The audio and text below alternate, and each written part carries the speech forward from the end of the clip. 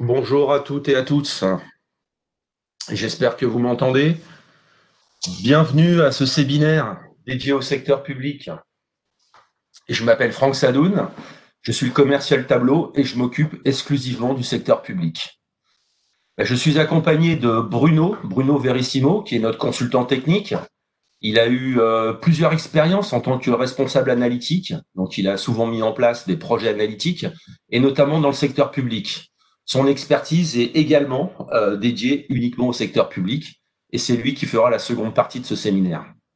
Voilà, je rappelle la mission de Tableau, aider nos utilisateurs à voir et à comprendre leurs données, et un petit mot sur le secteur public qui intervient essentiellement pour des services d'intérêt généraux, pour la collectivité, les citoyens et globalement pour le mieux vivre ensemble. Donc à ce titre, nous sommes très contents et très motivés de contribuer à l'efficacité de ces services et à favoriser une meilleure connaissance pour et par les citoyens des données publiques. Je pense notamment à des initiatives comme DataGouv et améliorer la qualité de service pour les citoyens, améliorer la connaissance des citoyens. Tout ça, ça permet d'objectiver les débats et les orientations sur les politiques publiques. Ça permet également de mesurer l'efficacité des politiques publiques et en tant que citoyen, je trouve ça très intéressant, engageant et motivant. Voilà, donc bienvenue à ce séminaire et on continue sur la valorisation des données. Alors, voici l'agenda. Je prendrai le premier point, les bénéfices d'une BI dans libre service. Ah, mes excuses, BI pour Business Intelligence, que je traduirai en français, analytique et décisionnel. Donc, ça va plus dire de Deep BI. Donc, on va le retrouver dans les slides. Donc, rappeler les bénéfices et l'agilité d'une organisation centrée sur les données. Ça sera le premier point. Bruno entrera dans le cœur du sujet avec le point 2 et 3. D'abord, la définition des rôles et ensuite, dans le cadre d'une démonstration de la plateforme, comment on libère les données tout en gardant la gouvernance. Et puis, j'effectuerai quelques minutes avant la fin une conclusion, une annonce et des propositions pour ceux qui veulent approfondir certains sujets ou évaluer la plateforme. Alors allons-y. Aujourd'hui, l'État se réforme, innove un peu partout dans les ministères, dans les collectivités territoriales. Il y a des projets qui sont lancés et des projets autour de la transformation. Alors on entend beaucoup parler de transition digitale, de transformation numérique. Bon, ça en devient même un petit peu galvaudé. Et voici les enjeux prioritaires exprimés dans le cadre de cette transformation, et ça au niveau de la fonction publique d'État, de la fonction publique territoriale, sans oublier la fonction publique autour de la santé. Alors voilà, c'est une enquête qui a été réalisée auprès de plus de 100 décideurs, et qu'est-ce qu'on voit ? On voit que la valorisation des données, c'est le second chantier le plus important, juste derrière la relation à l'usager. Et donc, comme vous en doutez, une transformation numérique, c'est avant tout une transformation par les données. Donc, on va directement plonger sur la partie valorisation des données et notre objectif étant de mieux faire parler les données. Alors, voici ce qu'on trouve en termes d'organisation classique dans la BI avant et encore maintenant d'ailleurs. Qu'est-ce qu'on voit ? Eh ben, les données, en général, sont présentes dans différentes sources, des bases de données, des fichiers, sous différentes formes ou formats, des données à plat, des tables, quelquefois structurées. Et en général, toutes les données qui sont centralisées dans des bases de données sont gérées par un spécialiste, un DBA, ou ce qu'on appelle un database administrateur. Alors, l'extraction de ces données, leur mise en forme pour obtenir un rapport communicable, sont en général réalisés par des spécialistes, par une équipe de spécialistes sur la base des demandes des opérationnels métiers. Et pour différentes raisons, la disponibilité et l'accès aux données, qui n'est pas toujours simple, la sécurité et les compétences multiples qui sont nécessaires pour extraire ou réaliser ces analyses, nous conduisent à ce mode d'organisation et on va parler ici d'un modèle de type fabrique de rapports. Donc le travailleur consomme des rapports, au mieux, il peut effectuer ses propres analyses au travers d'Excel, avec des tableaux croisés dynamiques, et puis c'est pas toujours simple, ça reste cantonné au niveau de l'utilisateur ou au niveau de son service, et c'est un modèle qui présente peu d'agilité, notamment les modifications ou les nouveaux rapports qui requièrent systématiquement des allers-retours vers le service dédié, et ça prend du temps. Alors, vers quoi on s'oriente, ou quelle est la tendance actuelle ? Aujourd'hui, le volume de données explose, les outils d'analyse évoluent. D'où le résultat, on fait plus d'analyses, et ça à toutes les strates de l'organisation. Donc, mieux faire parler les données, c'est d'après nous aussi, c'est démocratiser l'accès et la compréhension des données au niveau des services métiers, en leur donnant la possibilité d'avoir des rapports adaptés avec plus d'autonomie, et puis surtout, en leur permettant d'explorer eux-mêmes leurs données, en tout cas ceux qui ont l'appétence pour. Donc les organisations qui sont centrées sur les données aujourd'hui sont les plus efficaces. Je ne vais pas vous montrer les études, mais c'est une réalité. Vous voulez rendre votre organisation plus efficace. Vous voulez garantir le succès de vos opérations, notamment grâce à un meilleur ciblage. Qui mieux que le métier connaît et comprend ces données? Qu'est-ce qui se passe quand vous mettez la puissance de l'analyse des données entre les mains des experts métiers? Et puis, si parfois l'idée d'une personne, ça conduit à des changements bénéfiques ou des gains en millions, combien vaudraient les idées de tous les employés? Voilà. Donc, libérer l'accès aux données tout en gardant un contrôle, ça correspond à la mise en place d'une solution de BI, ce qu'on appelle self-service gouverné sur la plateforme Tableau. Alors, self-service gouverné, c'est permettre l'accès et l'exploration pour tous les acteurs métiers, mais c'est surtout et aussi permettre le phénomène de sérendipité. Alors, c'est pas facile à dire, c'est pas un mot facile, j'en connais pas d'autres, et qui au sens strict du terme, est l'aptitude de faire des découvertes par accident. Voilà. Un heureux hasard qui permet à une personne de faire une découverte inattendue, d'importance ou d'intérêt supérieur à l'objet de sa recherche initiale. Et sans oublier l'aptitude de ce même chercheur ou de cette même personne à saisir l'utilité ou la valeur de cette découverte d'un point de vue pratique ou scientifique. Hein. Voilà, un exemple de sérendipité, par exemple, c'est ça vous est tous arrivé, on sort sur Internet et puis grâce au lien hypertexte, on tombe sur des informations inattendues, et bien qu'elles soient hors du sujet initial, elles sont souvent plus intéressantes. Je peux prendre encore une image, une promenade dans une grande ville. La fabrique de rapports, c'est un peu comme se déplacer avec un plan et jamais s'en écarter. On ne verra que ce qu'on a prévu de voir et ce que le plan indique. Le self-service, c'est cette façon-là de travailler, évidemment, avec un plan, mais c'est aussi se permettre de flâner au gré de ses envies et découvrir des choses qu'on n'avait pas imaginées. Et souvent, les bons plans, ils sont souvent cachés. Voilà. Donc, explorer les données, c'est identifier les paramètres sur lesquels on peut agir et qui peuvent déterminer les tendances vers lesquelles on veut aller. Et la plateforme Tableau, elle est conçue, elle est adaptée pour faire du self-service. Voilà. Donc, je rappelle notre mission, encore une fois. Tableau aide les utilisateurs à voir et à comprendre leurs données. Alors, pourquoi Tableau? Tableau est une plateforme adaptée pour le self-service. Il y a 3 éléments importants. Le premier, c'est l'adoption facile. Les utilisateurs, ils adorent Tableau, en général. Et pourquoi? Il y a 3 raisons. La première, c'est que l'interface, elle est intuitive. C'est que l'outil, il est puissant. Et globalement, ça permet aux personnes d'apprendre plus rapidement. La deuxième raison, c'est que Tableau, la plateforme, c'est une plateforme intégrée. Elle permet de la flexibilité, elle permet de l'agilité, notamment dans le choix ou le périmètre d'implémentation. Et puis, elle est structurée sous forme de couches qui réduit la complexité et qui permet une intégration, je dirais, avec un moindre effort. Et puis, the last but not the least, Tableau, on est le leader. Aujourd'hui, en termes de part de marché, et puis on a une communauté exceptionnelle, sans rival, et des innovations et des évolutions de notre plateforme qui sont toujours centrées sur les clients et les attentes qui nous ont fait remonter. Voilà, donc donner un accès libre aux données, c'est bien, mais ça ne peut pas se faire sans se poser des questions sur la sécurité et la fiabilité des données. Donc là, maintenant, je vais laisser la main à Bruno. Vous allez assister à une démo qui va couvrir l'ensemble du cycle de valorisation avec les différentes étapes, et ça implique différentes personnes avec des rôles différents. Donc, certaines étapes ne vous concernent pas directement, mais ça nous semble important que chacun connaisse le flux global. Voilà, je passe à Bruno la main. Et écoutons parler Bruno, écoutons parler les données. Merci et à tout à l'heure. Merci Franck. Bonjour à tous, je suis Bruno, ingénieur solution à Tableau. Et je vais vous présenter un cas pratique justement de mise en place d'une BI self-service gouvernée avec Tableau.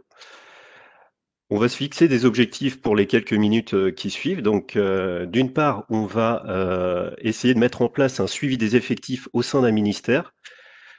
Premier objectif, élaborer un dashboard standard pour l'ensemble des chefs d'établissement. On va tirer parti des capacités d'analyse de Tableau pour offrir des possibilités d'analyse à la demande pour nos analystes métiers. Et troisième objectif, on va construire des indicateurs à la volée pour la gestion prévisionnelle des effectifs. Alors, quand on parle de gouvernance, la pierre angulaire de ça, c'est d'avoir des rôles et des responsabilités. Donc, je vais vous présenter l'équipe projet Tableau et avec les différents rôles et responsabilités associés. Premier rôle important, celui du responsable IT. Donc, c'est celui qui va mettre en place la plateforme Tableau et s'assurer de son bon fonctionnement. Point important, il va également créer les permissions initiales sur la plateforme. Donc, en général, il est administrateur du serveur Tableau et il possède une licence créateur. Dans notre exemple, ce sera Ross qui est responsable BI à la DSI, qui sera notre responsable IT. Le DBA, Franck en a parlé, vous connaissez, c'est l'administrateur des bases de données. Et donc, il va particulièrement sur le projet nous aider à avoir accès aux données, bien évidemment, et à aider à la modélisation et éventuellement à l'optimisation des sources de données dans Tableau. Dans le cadre de notre projet, c'est Monica qui est DBA à la DSI qui donc assumera ce rôle. Troisième rôle, celui de gestionnaire des données. Donc, c'est un profil qui est à la fois fonctionnel et technique. Donc, il doit comprendre le domaine d'activité, évidemment, et savoir implémenter techniquement la solution. Et il va collaborer avec le DBA pour mettre en place donc, des sources de données. Dans Tableau, on lui accorde une licence créateur et dans le cadre de notre projet, il s'agit de Chandler qui est Data Engineer à la direction du numérique. Notre quatrième rôle, qui est analyste métier, va créer et retravailler des visualisations en temps réel. Elle participe activement à la communauté Tableau et on lui accorde en général une licence Explorer. Il s'agit de Rachel, qui est donc contrôleuse de gestion RH à la direction des ressources humaines. Cinquième rôle, l'utilisateur de contenu. Donc, c'est notre utilisateur final, celui qui va vraiment consommer les dashboards standards. En général, on lui accorde une licence Viewer et dans notre exemple, il s'agit de Joey qui est chef d'établissement. Et le dernier rôle, l'auteur de contenu, donc qui crée et publie à la fois des tableaux de bord, mais également des sources de données sur le portail Tableau. Et elle aide activement à développer la communauté Tableau au sein de l'entreprise. On lui accorde une licence créateur et c'est Phoebe qui est data analyst à la direction du numérique. Donc maintenant qu'on voit un petit peu plus clair en termes de rôle et responsabilité, on va rentrer dans le cycle de valorisation des données. Première étape de ce cycle, ça va être la construction et la création en fait d'une source de données. Donc ça va impliquer notre gestionnaire de données Chandler qui va se rapprocher du responsable IT pour déjà obtenir un environnement de travail où il pourra commencer à élaborer la source de données. Et également, il va se rapprocher de la DBA pour avoir les accès aux données de manière sécurisée pour qu'il puisse commencer à travailler sur sa source de données. En termes d'outils, donc je vais switcher sur la partie outils qui est Tableau Prep. Voilà, que vous avez ici. Donc Tableau Prep, c'est une première brique de notre plateforme Tableau qui permet à la fois d'intégrer de multiples sources de données. Vous voyez l'ensemble des connecteurs ici qui sont très nombreux et qui va permettre de nettoyer les données, de les transformer pour avoir quelque chose de fiable au niveau des analyses et de la production de rapports. Donc plus concrètement, on va rentrer un petit peu dans le sujet et donc on va se connecter à une première base de données qui est la base des effectifs. Donc c'est l'étape bleue tout en haut à gauche. Au niveau de cette base des effectifs, donc je vais pouvoir voir les différents champs qui comportent cette base avec des exemples de valeurs et je vais pouvoir regarder la distribution des données directement dans Tableau Prep. Donc c'est la partie que vous avez ici au milieu qui me permet de voir pour chacun des champs les valeurs distinctes que j'ai et la distribution des valeurs. Okay. Donc là, je sais qu'il y a au total 18 champs dans ma source de données base effectif qui comporte 334 000 lignes et j'ai la distribution, donc par exemple les années scolaires qui sont également réparties à peu près. Voilà, donc j'ai l'ensemble des champs que je vais pouvoir regarder pour vérifier que j'ai les informations souhaitées pour faire mes analyses. Donc, par exemple, je vais avoir les académies, les groupes de personnel, les titulaires, donc les types de contrats, contractuels ou titulaires, le genre, féminin, masculin, les tranches d'âge qui me permettront donc d'avoir des éléments sur les éventuels départs à la retraite, région, département, le code des établissements, les académies et donc des informations sur les localités et évidemment l'indicateur principal qui est le nombre d'agents. Donc qu'est-ce que je vais faire avec cette visualisation, cette répartition en fait des données? C'est que je vais pouvoir déjà détecter, des problèmes de qualité de données. Donc je vais me placer en fait avant, mes transformations sur le champ, par exemple, localité d'acheminement qui a priori correspond à la ville et je vois qu'apparaît en fait, des mentions CEDEX, au niveau de mes données. Donc ça indique qu'au niveau qualité, bah, par exemple, je pourrais, très bien, rassembler Abbeville et Abbeville CEDEX au sein d'une même valeur qui serait plutôt le nom de la ville directement. Donc je vais pouvoir effectuer ce type de transformation en fait, directement dans PREP. Alors j'ai un certain nombre de fonctions, natives de nettoyage et de regroupement des algorithmes qui me permettent de ne pas coder en fait ce type de transformation. Et lorsque j'ai appliqué ces transformations, je vais donc avoir le nettoyage qui se fait automatiquement. Vous voyez que les mentions CEDEX ont disparu de mes datas. Donc ça, c'est un premier exemple de transformation qu'on peut effectuer dans Tableau PREP, qui est le nettoyage des données. Là, j'ai parcouru un petit peu l'ensemble de ma base des effectifs et j'ai constaté que il me manque la géolocalisation de mes établissements, donc par exemple les coordonnées GPS, hein, latitude et longitude, et je me dis que ça serait intéressant de les avoir pour les faire figurer sur une carte ensuite dans mes analyses tableau. Donc ce que je vais faire, c'est récupérer une autre connexion, une autre source de données pour pouvoir compléter cette source principale avec des informations de géolocalisation de mes établissements. Donc je vais aller me connecter sur une source qui est l'annuaire de mes établissements où cette fois, je vais pouvoir avoir donc la géolocalisation de mes établissements avec la latitude et la longitude.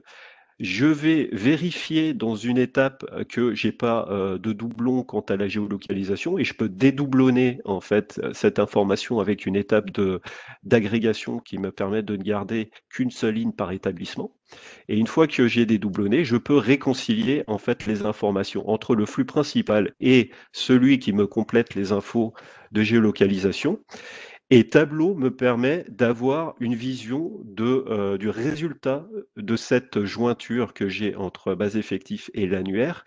Je sais le nombre de lignes que j'avais au départ, le nombre de lignes qui viennent compléter et le nombre de lignes que j'ai à l'arrivée. Donc je vais comme ça vérifier que je n'ai pas généré de doublons, que je n'ai pas généré, que je n'ai pas perdu d'informations.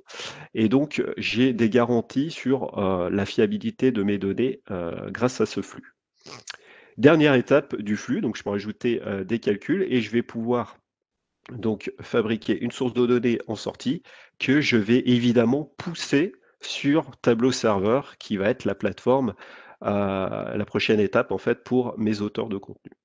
Donc cette fois, je vais me connecter sur la plateforme Tableau Serveur. Voilà, et donc j'ai poussé donc à la fois ma source de données qui s'appelle donc effectif et mon flux d'alimentation de mes effectifs. Donc sur la plateforme Tableau Serveur, je vais retrouver la cinématique de mon flux de manière identique, hein, où je peux vérifier les différentes étapes et je vais pouvoir évidemment exécuter ce flux. Sur la partie source de données, cette fois, donc j'ai la source de données qui est disponible et que je vais pouvoir partager avec mes collaborateurs et notamment mon auteur de contenu, si vous vous rappelez le rôle au préalable, donc qui est Phoebe, que je trouve ici. Et donc je peux lui partager directement depuis la plateforme Tableau Serveur la source de données. Donc je fais partager. Il me dit que la source de données a été partagée et je vais pouvoir passer à la deuxième étape de ce cycle de valorisation des données qui est la partie plus gouvernance des données. Donc pour ça, on va se connecter avec le profil de Phoebe qui est ici. Voilà. Donc, normalement, Phoebe a reçu un mail de Chandler lui indiquant qu'une source de données a été partagée, comme vous pouvez le voir ici dans son espace partagé avec moi. Et donc, elle va pouvoir, à partir de cette source de données, commencer à réaliser des dashboards. Donc, cette partie-là, on va aller un petit peu plus vite puisque ça serait long de montrer comment faire le dashboard. Donc, je vais vous montrer le résultat qu'a obtenu Phoebe. Donc, je vais dans ses favoris, hop, j'ai le dashboard qu'elle a réalisé pour comprendre en fait ce qu'elle a pu mettre en place avec cette source de données. Alors, sur ce dashboard, nous voyons une vue donc des différentes académies. Par exemple, sur l'académie de Dijon, pardon, on a le nombre d'enseignants et le nombre d'établissements. On a une pyramide des âges. Donc là, on va pouvoir surveiller en fait déjà les personnes qui vont partir prochainement à la retraite, et on a la répartition entre les titulaires et les contractuels. Donc on a déjà des informations globales. On va pouvoir aller à un niveau de détail plus fin. On va déjà pouvoir zoomer sur des départements de notre académie, par exemple la Côte d'Or, et donc les indicateurs vont évidemment se mettre à jour. Ok, donc ça c'est une première visualisation en fait que va proposer Phoebe, qui est auteur de contenu et qui va soumettre cette visualisation à des analystes métiers pour qu'elles puissent vérifier que ces visualisations en fait ont un sens fonctionnel et éventuellement rajouter des informations pour les valoriser encore plus. Donc de la même manière que Chandler a partagé donc la source de données, je peux partager cette visualisation avec mon analyste métier qui est Rachel. Voilà, de cette manière-là. Et de la même manière, elle va recevoir en fait un email pour lui indiquer qu'une nouvelle visualisation est disponible et qu'elle va pouvoir commencer à la contrôler et à rajouter de la valeur dessus. Ok. Donc, si maintenant on suit ce cycle de valorisation de la donnée, on va se connecter donc avec le profil de Rachel et on va commencer à effectuer donc une première série de vérifications. Donc sur le dashboard principal, on voit par exemple qu'il y a un département manquant. Donc ça peut poser problème. Donc Rachel aura la capacité d'aller regarder le détail des données directement depuis le dashboard. Donc en cliquant sur cet onglet-là, elle va pouvoir voir quelle est la source de données sur laquelle se base le rapport. Est-ce que la source de données est en direct ou date d'un certain moment, enfin quand elle a été actualisée pour la dernière fois en tout cas. Quels sont les champs utilisés dans la source de données? Notamment, on peut avoir un petit peu plus de détails sur le champ département, puisqu'a priori, c'est celui-là qui pose problème. Donc, on va pouvoir regarder. On a une description, éventuellement le calcul qui peut apparaître si tant est que c'est un calcul. Et on peut cliquer sur Afficher plus pour avoir le plus de détails sur ce champ. Donc je vais pouvoir remonter comme ça ce qu'on appelle le lignage, qui est la traçabilité de l'information à partir d'un dashboard vers les sources de données pour contrôler en fait des règles de gestion, des calculs ou la provenance de l'information. Tout ça au sein de la plateforme Tableau. Donc je vais recliquer sur le champ département. Là, je suis au niveau de la source de données effectif. Ok, donc si je clique sur département, il va, vous voyez, avec la petite barre bleue, m'indiquer quels sont les tableaux de bord sur lesquels apparaissent le champ, d'où il provient en termes de flux, de tables et de bases de données. Donc tout est tracé. Et là, comme je me suis aperçu de ce problème-là, je vais en fait contacter le propriétaire de la source de données. Donc là, il s'agit de Chandler. Donc je vais cocher son nom, je vais lui envoyer un mail. Et je vais lui indiquer qu'il y a un problème sur le champ département. Ok, donc on va coller ça dans le message et on va lui envoyer un mail directement. Autre action que je peux faire, c'est prévenir mes collègues que j'ai détecté un problème au sein de cette source de données et donc qu'il y a un problème de qualité en fait. Donc je vais pouvoir activer un avertissement sur la qualité des données. de cette manière-là, juste avec une case à cocher. Je peux mettre la typologie d'avertissement et donc je vais enregistrer ce message pour que, vous voyez, il y ait un flag d'avertissement qui apparaisse de manière claire sur la source de données. Donc si je me connecte cette fois au dashboard, je vais voir que le dashboard m'indique, enfin que Tableau, pardon, m'indique qu'il y a un avertissement sur la qualité des données au niveau du dashboard et je peux avoir plus de détails en retournant sur cet onglet détail des données et voir quel type d'avertissement a été mis en place. Donc ça sécurise grandement en fait mon cycle de valorisation des données, d'avoir ce processus de remontée d'alerte. Maintenant, évidemment qu'on a un problème, on va le corriger. Donc je reprends la main au niveau de Chandler, qui a donc effectué une correction sur son flux, il a détecté le problème. Il va pouvoir donc rafraîchir le flux directement sur la plateforme Tableau. Voilà, il va donc avoir son historique d'exécution qui va se renseigner avec la nouvelle entrée.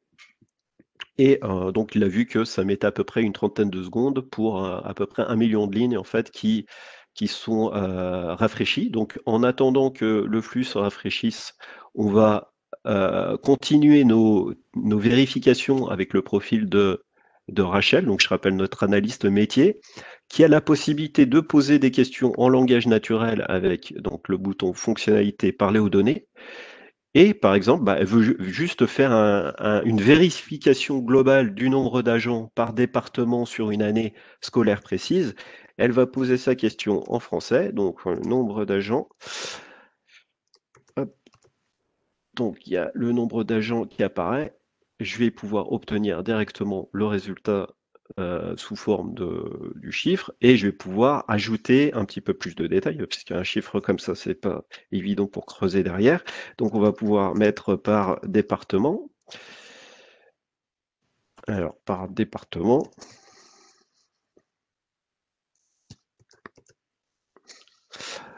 Voilà, par département. Et donc là, je vais avoir une visualisation qui se met en place directement et où j'ai le chiffre du nombre d'agents par département, en fait, directement dans la visualisation pour faire des vérifications globales, en fait, en amont de la production de mon tableau de bord. Je reviens sur le profil de Chandler, donc normalement, le flux doit être terminé. Alors, je vais rafraîchir pour vérifier que c'est bon. Donc, on a une fenêtre qui permet de suivre l'ordonnancement des flux. Donc là, il me dit que ça a été traité, c'est bon. Et donc, si je reviens sur le profil de Rachel, je vais pouvoir rafraîchir donc mon tableau de bord pour vérifier que ça a bien corrigé le problème. Donc, je vais actualiser en fait les datas. Et là, on voit que mon département a bien et apparaît bien maintenant. Donc, Chandler a bien corrigé le problème.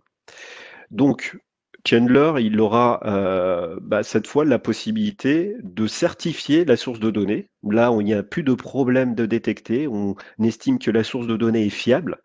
Donc, il aura cette capacité, d'une part, d'enlever l'avertissement qui a plus lieu d'être maintenant, puisqu'on a corrigé le problème, mais également, il va avoir la possibilité de certifier les données en cliquant sur le bouton de certification. Et ça aura pour effet de mettre un petit tampon de certification, vous voyez, qui permettra aux utilisateurs qui vont exploiter la source de données d'avoir des garanties de fiabilité ou en tout cas que ça a été traité par un flux de gouvernance bien cadré. Voilà, donc ça c'est important. Maintenant qu'on a vu cette partie gouvernance et circuit, en fait, de gouvernance des données, prochaine étape, ça va être valoriser encore plus nos datas. Et là, je vais à nouveau aller sur le profil de Rachel. Et elle se dit que donc les visualisations qu'a réalisées Phoebe sont bien, ça lui plaît, ça apporte de la valeur, mais elle voudrait rajouter un indicateur supplémentaire, donc notamment lorsqu'on est sur une vision par établissement, où il serait pertinent en fait de voir les établissements sous tension. Donc ce que j'entends par établissements sous tension, ce sont ceux pour lesquels le nombre d'élèves par rapport au nombre d'enseignants est important. Donc on va fixer une limite arbitraire, hein, mais qui pourrait être complètement dynamique. Et au-delà de cette limite, on va estimer que l'établissement est un peu sous tension et donc les besoins en recrutement sont plus importants que les autres établissements. Ok, donc on va aller modifier ça pour ajouter un indicateur à la volée. Donc je vais cliquer sur le bouton de modification ici. Alors évidemment, au préalable, on a accordé à Rachel cette possibilité de modification. Hein, ça fait aussi partie de la gouvernance. Elle va aller directement dans la visualisation. Et ici, elle va avoir la capacité de rajouter des calculs. Donc on va rajouter un premier calcul qui est donc l'indicateur dont je vous ai parlé, que j'appelle simplement ratio. Et je vais exploiter en fait les datas qui sont déjà présentes. Je vais prendre le nombre d'élèves que j'ai déjà disponible, donc juste avec un drag and drop, et je vais le diviser par le nombre d'enseignants. Donc c'est le nombre d'agents ici dans mon modèle de données. Je vérifie que le calcul est valide, donc Tableau me dit que c'est bon. Je vais pouvoir cliquer sur OK et rajouter cet indicateur directement dans la visualisation via l'infobulle. Donc l'infobulle, j'ai un petit peu la main dessus pour la rendre un petit peu plus sympa, et notamment, là on va mettre une petite étiquette devant le ratio. Hop, ratio, et donc je vais faire apparaître mon indicateur que j'ai disponible dans la partie insérée ici, qui est... Alors j'ai pas fait glisser, alors je recommence. Je suis allé un petit peu trop vite. Le ratio que je mets en infobulle, voilà, cette fois il l'a pris, et là je vais pouvoir retourner pour ajouter le ratio dans l'infobulle. Voilà, donc il est disponible ici, je fais OK, et je vais contrôler ça directement dans ma visualisation. Normalement, voilà, j'ai mon ratio 11,3 pour ce collège, pour ce lycée 7,5, ainsi de suite. Donc après, ce que j'avais dit, c'est identifier les établissements sous tension. Donc là, ça va être juste fixer un seuil au-delà duquel le ratio m'indique que je suis sous tension ou pas. Donc ça, c'est assez simple aussi à réaliser. Je vais rajouter un autre indicateur qui s'appelle établissement sous tension. Et là, tout simplement, je vais faire mon ratio. Voilà, il me le trouve supérieur à une valeur. Alors ça pourrait être une valeur entrée en paramètres. Là, je vais mettre juste une valeur arbitraire comme ça de 20. Je fais OK et je vais glisser ça en tant que couleur. Et normalement, en rouge, je vais voir apparaître. Alors, je suis allé trop vite aussi. Tac. Je vais voir apparaître en rouge les établissements sous tension, donc qui ont un ratio élèves par professeur supérieur à 20. Donc par exemple ici, cette école primaire, donc il y a un ratio de 20,9. Donc ça apporte une valeur supplémentaire à mes données. Ça, c'est vraiment une expertise plutôt métier, même si c'est simple, hein, vous me l'accordez. Mais ça permet de rajouter à la volée en fait, des indicateurs supplémentaires. Dernière étape de notre cycle de valorisation de la donnée, on va cette fois diffuser en fait le résultat final à nos end users, donc nos chefs d'établissement.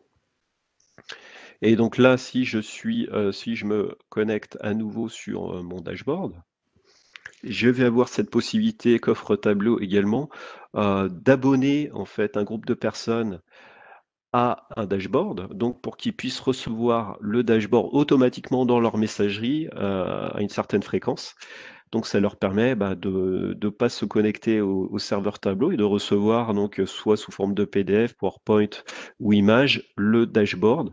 S'ils veulent interagir avec le dashboard, évidemment, il y aura le lien également pour retourner sur Tableau serveur cette fois et cliquer et bénéficier de toute l'interactivité de Tableau. Voilà pour ma partie concernant ce cas pratique. Je vais repasser la main à Franck pour une conclusion et une partie Q&A. Merci Bruno, cette démo. Merci à tous, bonne journée. Au revoir. Encore merci, n'hésitez pas à revenir vers nous.